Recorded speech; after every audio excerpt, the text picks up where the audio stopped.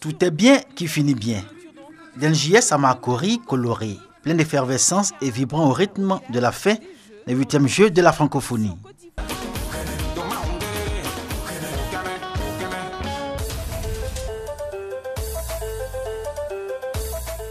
Apothéose d'un événement qui aura réuni 10 jours durant toutes les jeunesses des pays du monde ayant en partage la langue française et membres de l'Organisation internationale de la francophonie.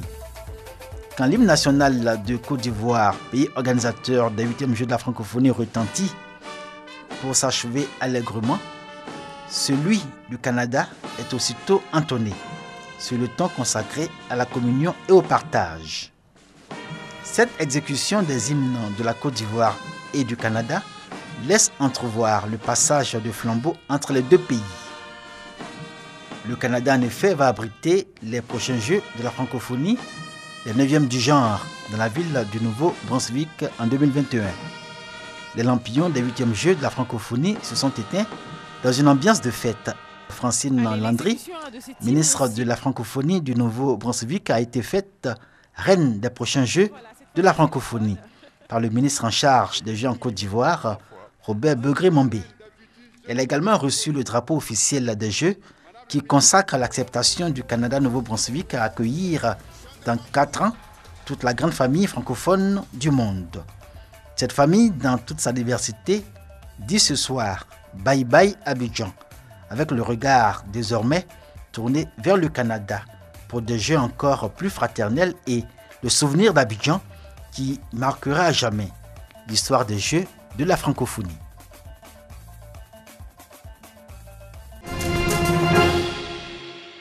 Au bout du suspense, le Maroc remporte la finale des 8e Jeux de la francophonie.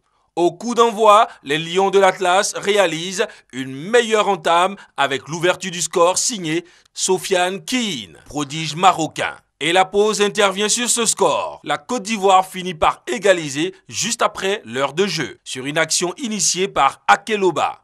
Un but partout, le score n'évoluera plus jusqu'au terme de la partie. C'est finalement au tir au but que tout se joue. Au bout d'une séance interminable, le Maroc plus chanceux l'emporte par 7 tirs à 6. Les éléphantos se consolent avec la médaille d'argent.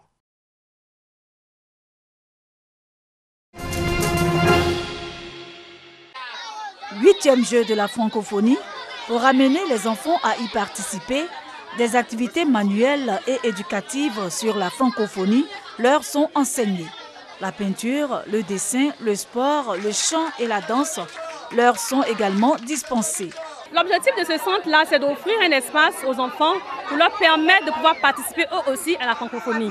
La francophonie, généralement, c'est les grandes personnes qui sont concernées par la francophonie. Donc nous, là, on offre l'occasion aux enfants, aux plus petits, de pouvoir participer à la francophonie. Donc là, on leur enseigne un peu la francophonie, on leur permet de découvrir un peu leur environnement concernant la francophonie.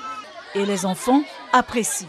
On apprend à jouer de la musique, on fait de la peinture, des activités, un peu de sport le matin. On fait des jeux sur l'ordinateur. On apprend des informations sur les différents membres, les pays membres de la francophonie.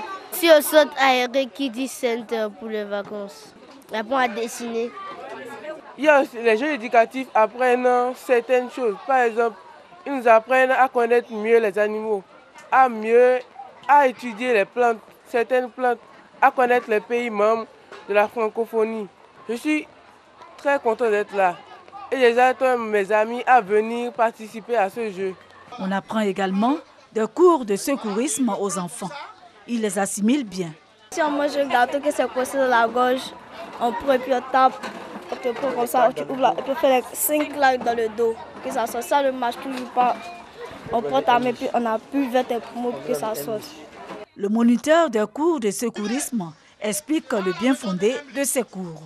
À la maison, une petite soeur ou une grande soeur peut être en difficulté. Quels sont les gestes qu'il faut faire pour secourir la personne? C'est ce que nous sommes en train d'apprendre aux enfants et vraiment ça se passe bien.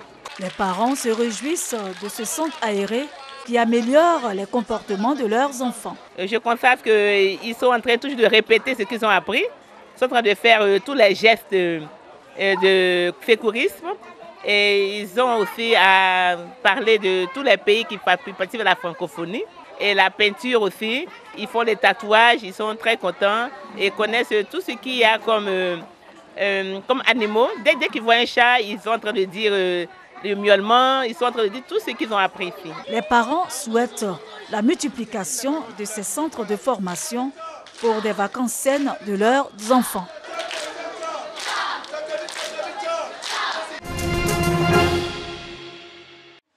Au nombre des défis que la radio-télévision ivoirienne RTI, en sa qualité de radio-télédiffuseur hôte, devait relever figurait en bonne place la couverture médiatique. Un challenge réussi au cours de ces 8e Jeux de la francophonie.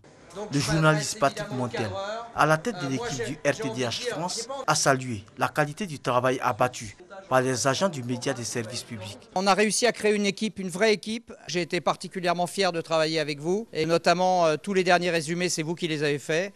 Et rien que ça, déjà, ça donne un sens à l'échange qu'on avait déjà eu au mois de mai et qu'on a réitéré ici à l'occasion des Jeux de la francophonie. Et je pense qu'on a tous appris les uns des autres. Et c'est ça qui est important. Koulibaly Seydou, journaliste et l'un des coordonnateurs éditoriaux du RTDH Côte d'Ivoire, a apprécié cette coopération Nord-Sud dans le traitement des éléments. Ça a été une satisfaction vraiment générale de travailler avec cette équipe-là, des journalistes, vraiment une équipe très très motivée à tous les niveaux.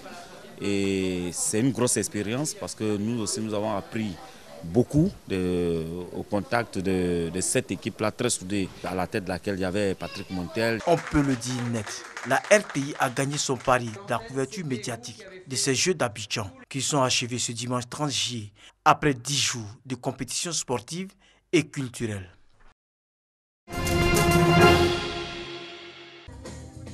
Yorodé, un nouveau soleil se lève en Langoué, dans l'ouest de la Côte d'Ivoire. Un festival de défilés de mode pour promouvoir le pain de cette région. La styliste et créatrice Oulipat, première lauréate d'édition limitée de l'Organisation internationale de la francophonie, OIF, saisit l'occasion des 8e Jeux de la francophonie pour montrer son savoir-faire. J'aime bien vraiment porter le pain tissé parce que je trouve que c'est ce qui est de chez nous. Il faut vraiment le mettre en avant, il faut vraiment le faire découvrir par d'autres personnes qui ne le connaissent pas. Et je pense que c'est ce combat-là que j'essaie de mener depuis 2013. Et donc c'était important quand même d'avoir toute la délégation de l'OIF à cette 4e édition pour encore valoriser ces créateurs-là, ces jeunes stylistes de l'OIF qui sont en train vraiment de monter. Ambassadrice du pain tissé, Oulipat travaille à base de cette étoffe qu'elle assemble avec le lin, le satin, le coton ou la laine. Une création qui lui permet de produire des collections femmes et hommes adaptées à toutes circonstances. Ce défilé a sa particularité qu'il fait la promotion de nos tissus locaux, qu'il fait la promotion des jeunes stylistes africains et qui sont portés par notre jeune sœur Oulipat. Ce défilé de mode est l'occasion aussi pour d'autres créateurs de se valoriser. C'est un festival qui réunit beaucoup de personnes, donc forcément chacun de nous apprend c'est l'autre et ça nous permet aussi de pouvoir diversifier ce que l'on fait dans le domaine de la créativité vestimentaire. Ce sont au total 11 stylistes et créateurs qui ont pris part à cette 4e édition du festival Yorodé. Maria Toukone, ministre de la Femme, de la Protection de l'Enfant et de la Solidarité dans les locaux de la sous-direction de la lutte contre la traite des personnes. Cette visite pour apporter soutien et réconfort à 6 jeunes femmes d'origine chinoise victimes de traite. Elles ont été séquestrées et violées pendant plus de 3 mois. Nous avons été interpellés par la police qui a intercepté 6 jeunes filles victimes de traite de personnes, d'exploitation sexuelle. Parmi elles, il y en a une qui a réussi à s'enfuir, qui est venue donc à la police.